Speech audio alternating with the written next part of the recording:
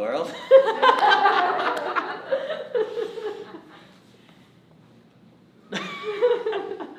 All right, so I have to say this is the first time I've actually had an opportunity to speak about my work and have a gallery opening since the world shut down, so can't thank you all enough for being out here tonight. You know, it's really great to be back in the real world and talking about work and seeing things, but also I have no idea what I'm saying right now, so we'll go with it. But anyways, you know, I just really want to start off by kind of thanking everyone, all of you for coming out tonight, and then especially my colleagues here in the Fine Arts Department, Megan for helping somehow take this out of my brain and getting it on the walls and supporting everything I do.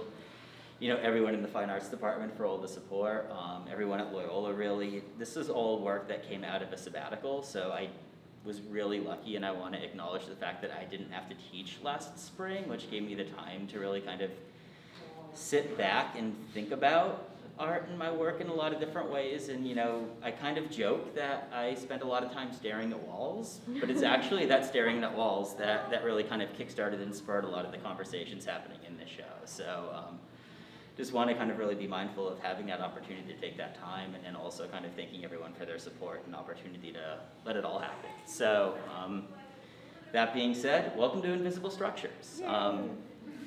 This show really kind of came about with a lot of the questions I have in my work really kind of deal with what we see and how we see it, and especially if I were to kind of remove the structure of the image and kind of, or rather remove the content of the image, what are the structures that remain underneath that, and kind of what are all these things that kind of hold up and support and give this kind of invisible content and context to the work that we see. So you know, within the context of the show, we're seeing things like individual pixels that through Photoshop algorithms are being turned into painting-like compositions.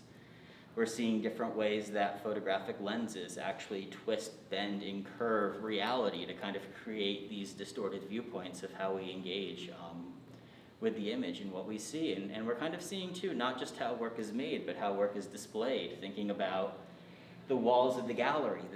We're supposed to think about the gallery when we're looking at work. It's supposed to be this invisible surface that falls away, right? You know, we're supposed to concentrate on the work on the walls and not the walls themselves. But luckily, in the case of this gallery, I really had the opportunity to kind of engage with the walls themselves and kind of think about how the character, how the topography of the wall itself kind of really allows us to kind of interact with the space and think much more three-dimensionally about the environments that we view art in and kind of experience exhibitions throughout.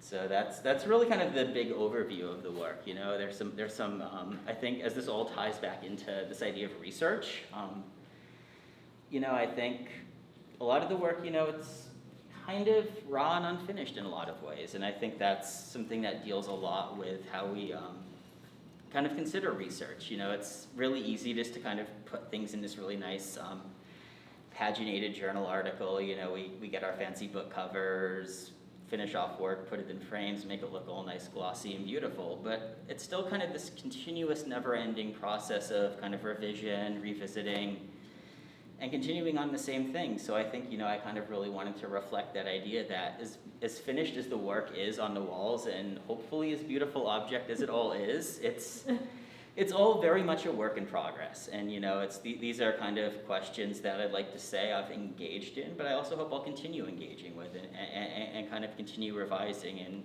and moving forward with these bodies of work. And I actually kind of built out a studio and a research space in the corner over here to that effect. So it's the camera. So I actually kind of recreated my studio over here in the corner to think a lot about kind of some of my newer questions and how I'm engaging things. So some of these pieces, you know, I have tests and studies for some of the more finished work that's in the show. But I also have some really raw and new work. I'm thinking a lot about how digital printers, when they print images and print individual pixels of content, to the human eye, it just looks like a speck, like a single black speck, like a little black dot. But in fact, every single dot, thanks to printing patterns and the way printers operate, is actually a very unique makeup of kind of this blob of different colors all coming together. So it's we can kind of see a few of those on the wall, and I actually set up a microscope So we're actually able to kind of view live a series of these dots and kind of think of it almost as this forensic fingerprint analysis as we look at kind of how these basic fundamentals of the pixel, of the image, are kind of formed and impart their unique views into them. All right. Yeah. So, yeah, I'd love to hear if anyone has any questions. And What's next? oh, so let's see. A couple of things. Definitely working. I'm working with the bio department right now, and Dr. Derek Kendig to upgrade the microscope and the viewing setup to be able to make some really high quality photographic reproductions of these individual pixels, so I can start kind of creating this catalog of fingerprints of sorts, of these kind of dots and compositions that are created just through the printing algorithms. You know, I'm still working on making more of the Photoshop paintings. These ones, I actually kind of had to seed that starting grid on myself, so it's all very much determining, you know, this is black in the middle, this is gray around the edges. I actually want to kind of build an algorithm where I can just say go, and the computer generates a whole series of the grids that then we're able to interpolate. So it's kind of taking my hand even further out of the equation and really thinking about these kind of algorithms and the ways that these chance interactions that we have with visual culture really kind of influence what it is we're seeing.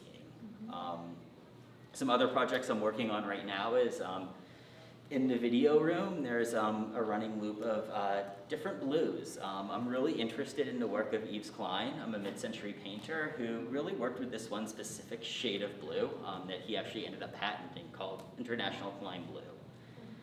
And I have this whole line of research and guesses that I really don't think this blue can ever be accurately displayed digitally.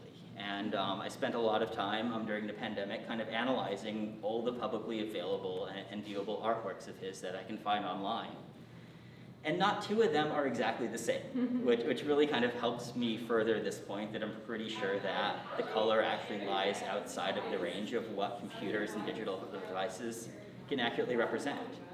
So I have this running video loop kind of fading between all these different shades of blue that, you know, some of them are close, some of them are really far off from what the actual color is, but it's so much of Klein's painting was about the visceral experience of being in the gallery and seeing his work. I'm both kind of trying to pay homage and respect that, but also just kind of show the wild variation that kind of exists in the space and really kind of thinking about how we can quantify that. Okay, so the invisible structures. Mm-hmm. The invisible structures that you're talking about then are the structures that assist you in photographing. Mm-hmm. So it's the tool, the camera. But I have a question for you. Yeah. What about the invisible structure, your eye, what you see? I would love to dive more into that. You know, I think a lot of what I do, is based kind of in the language of art making and presentation and thinking about that. But there is that whole other side, the how we interact with art side, and that is something that I don't want to say is consciously omitted from my work, but it definitely, you know, I think in some ways the tools that make and present, it's all kind of very objective, right? You know, this is the algorithm that does this, and you know, when we start bringing that in how we internalize, you know, I think it's very subjective, and I would love to dive into that. I just don't think my current practice in some ways allows kind of that same, dare I say, kind of clinical view of kind of how these invisible structures hold up work. You know, it's definitely a conversation I have a lot in the classroom as we kind of think about how we kind of experience art and how kind of we react to art and how we kind of react to everything that we see. But at the same time, I think it is a completely similar, but at the same time, just different enough conversation that I'm not quite sure I know at this moment how to bring that back in. Yeah, and Yeah. I'm only saying that because Yeah. you see, you're looking through, so you're using your eyes. Exactly. Which is a structure. Oh, totally. And so how you could, how do you make that into I know. it's just Yeah. very interesting to me that it's in tandem, really. It really And you is. could just choose used to, okay, I'm not dealing with this, I'm gonna deal with this. Yeah. But still, it's such an integral part. It really is. It really is. John, I don't know if you already talked about this. I'm so sorry. I just came like 5 minutes ago. Yeah. But how does this situate itself in like your total body of work? Like, is this a departure? Is this like a new way of thinking for you? Or is it like, nah, it makes sense based on the other things that I've done in my life? I mean, it's all really the larger question I'm asking is kind of dealing with what we see and how we see it.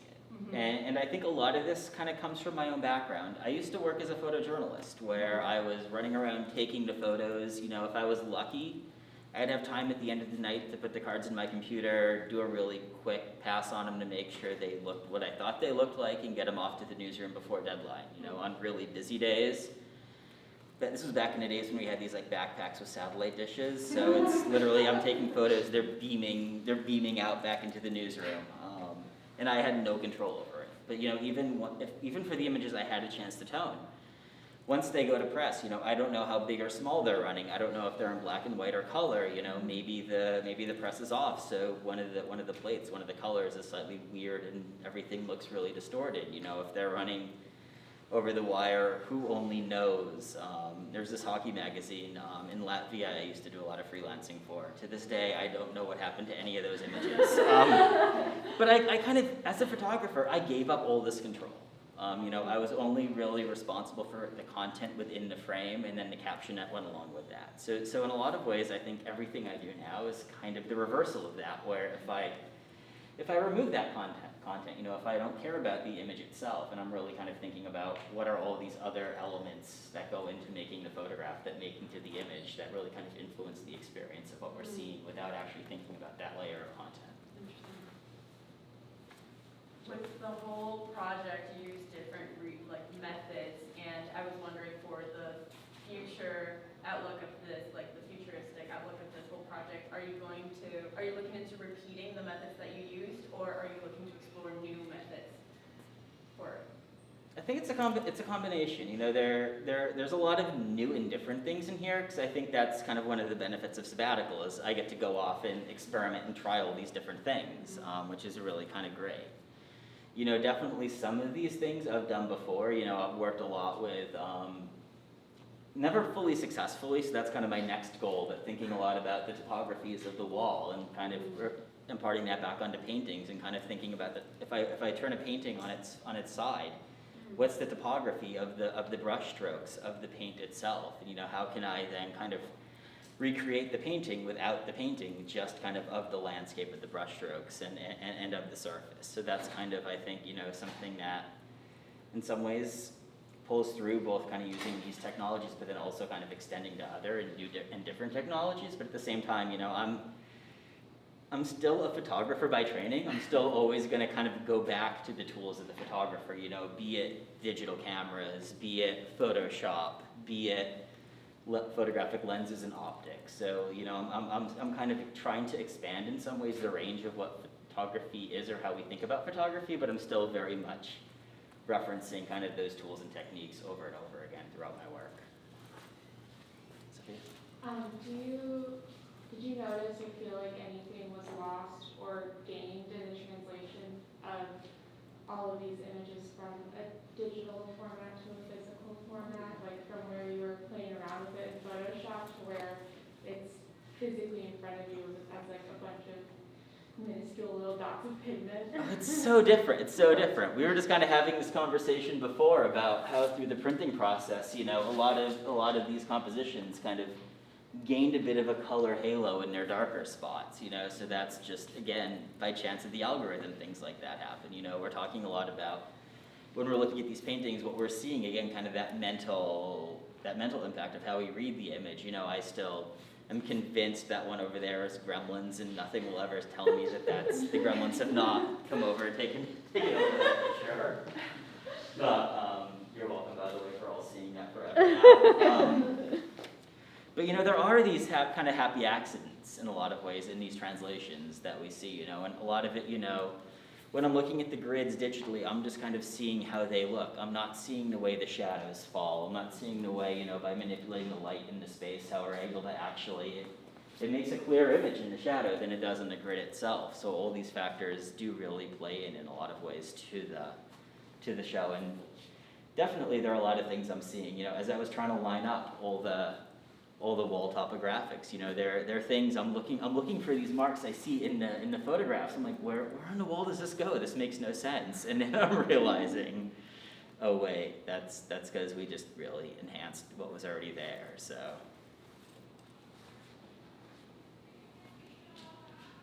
Any other questions? Yeah. So you said kind of earlier something about most of them feeling, I guess, sort of unfinished or, you know, sort of works in progress. So what, if anything, I guess, constitutes like a finished piece? Oh. Sorry. Hardball. Well, No pressure. no pressure at all. All right, here's where I point out all the flaws with everything I've done. No, but I think, you know, seriously, as a photographer, you know, there's always been ingrained this idea of finishing your work. You know, as a photographer, you're matting it, you're framing it, you're putting it behind glass because that's what photographers love to do, and you're doing all these steps that I haven't done. You know, as a painter, you glaze, you varnish your paintings, you know, you dress your edges, you put them in a frame. Like, look, I'm pretty sure, I apologize, Mary Beth, I apologize, Chris. I'm pretty sure if you saw the way I stapled these canvases, you're gonna excommunicate me from the department.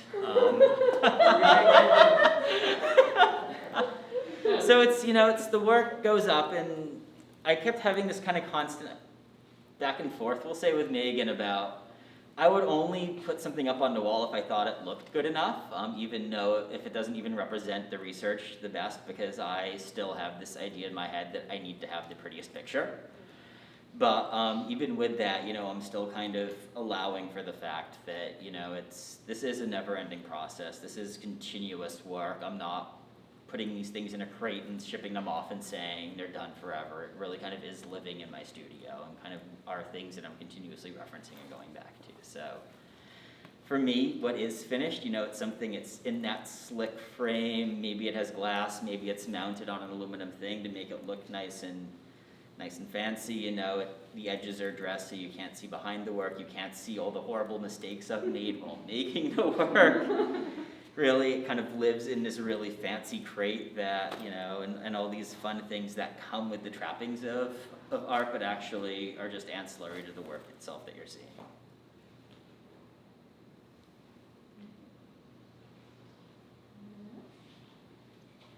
Well, thank you so much, John, for talking. And Thank you again for being here, and thanks for having me.